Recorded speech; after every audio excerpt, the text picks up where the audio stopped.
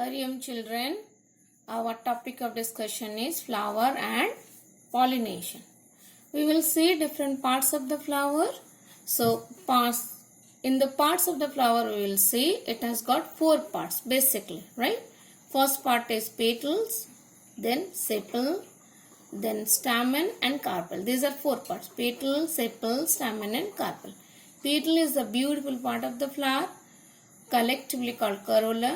This is the green part, leafy part present at the lower part of the flower, that is called sepals, collectively called calyx.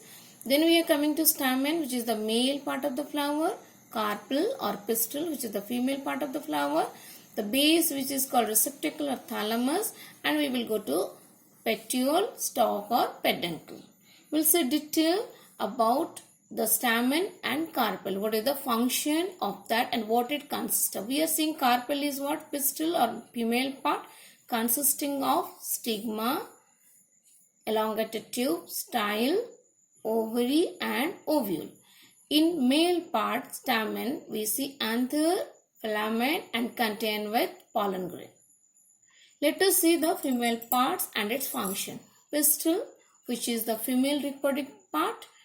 It also known as carpel. It consists of stigma, contain pollen grain, sticky part of the pistil it is.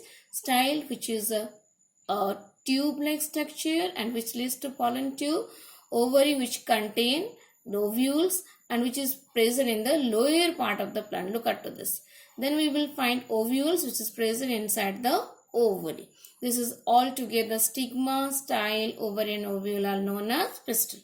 We will see male part of the flower and its function, which we say stamen. It is the male reproductive part of the flower consisting of anther and filament. Anther contained with pollen grain. We will see what is the basic function of the flower. Flower function is to make seeds. It is the important reproductive part of the plant. Petals, which is the attractive part of the flower, which attract the insect for pollination, right? We'll see what is pollination. Pollination is transfer of pollen grain from anther to stigma. Okay. So we will see what is self-pollination. Self-pollination means it is the transfer of pollen grain from anther to stigma of same flower or another flower of same plant. Here is the same flower. It is transferred the pollen grain from anther to stigma of same flower. Whereas here it is the same plant but different flowers. So this is called self-pollination. We will see what is cross-pollination. In cross-pollination we need an agent. Okay. So here you will see an insect which is collecting the pollen grain from the stamen, which is a sticky part contain pollen grain and collect from one flower and it's travel to another flower of same species, right?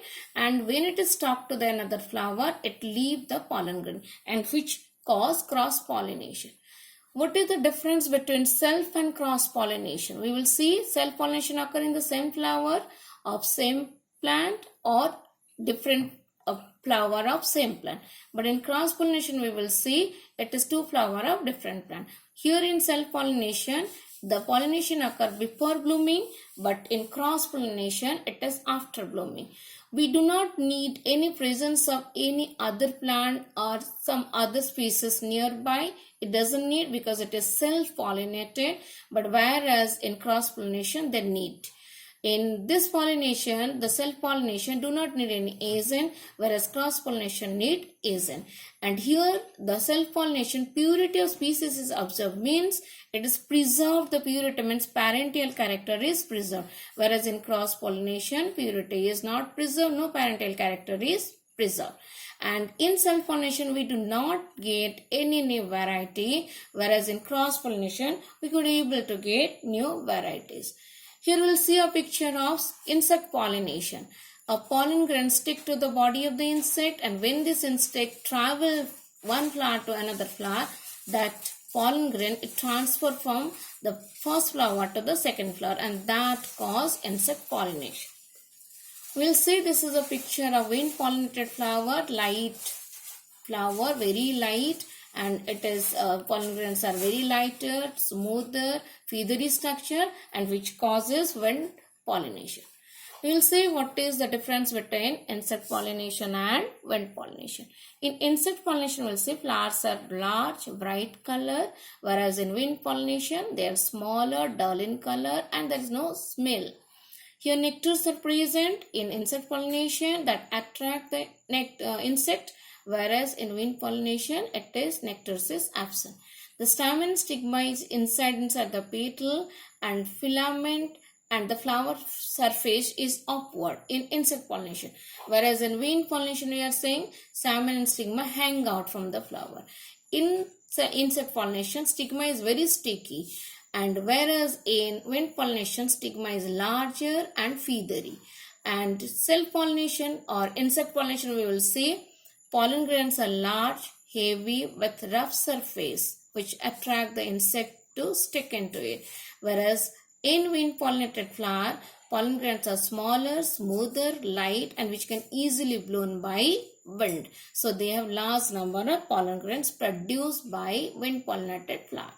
We'll see here what is water pollination, which is otherwise known as hydrophily. That means transfer of pollen grain from anther to stigma by the agent water. What is this? It's here is the picture. It is a velation area. You see, these are the male flower. These are the female flower. Down the male inflorescence is there. Here the male flowers are very light and they float here, and the female flower is elongated. It is remain in the top. These flowers are very inconsistent flower. The flower never get wet, so they are unwettable. They are nectarless, odorless. The pollen grains are light, and there is a light and unwettable because of presence of mucilage, and they are sticky in nature. We'll see now what is called tissue culture. It is more important after pollination. Tissue culture is a special variety of asexual propagation. When we take any species of tissue, maybe pseudapex, leaf, or any individual cell, we excite or cut into different small pieces and sterile with a cultured tube, test tube, or petri dish. Then we keep it for certain time, fixed moment, then it develop into a new plant. So tissue culture is a way to maintain the viability of an animal or plant tissue outside the donor body, and which give rise to new varieties. We'll see that how the tissue culture is done in taking a small leaf of a plant, which we say the any cell or tissue, which is known as the explant. This explant, when is put into the culture solution, that we call callus. The callus, by hormonal treatment, it's developed into a nutrient agar sugar solution. Then we will get a small plant that develop into a plantillion, and finally the plantillion develop into a small plant. This plant, we take it 3 stages so that in room temperature we keep it, and so that it can develop into a settling. So this tissue culture is also known as micropropagation. So we read about flower and pollination. Thank you.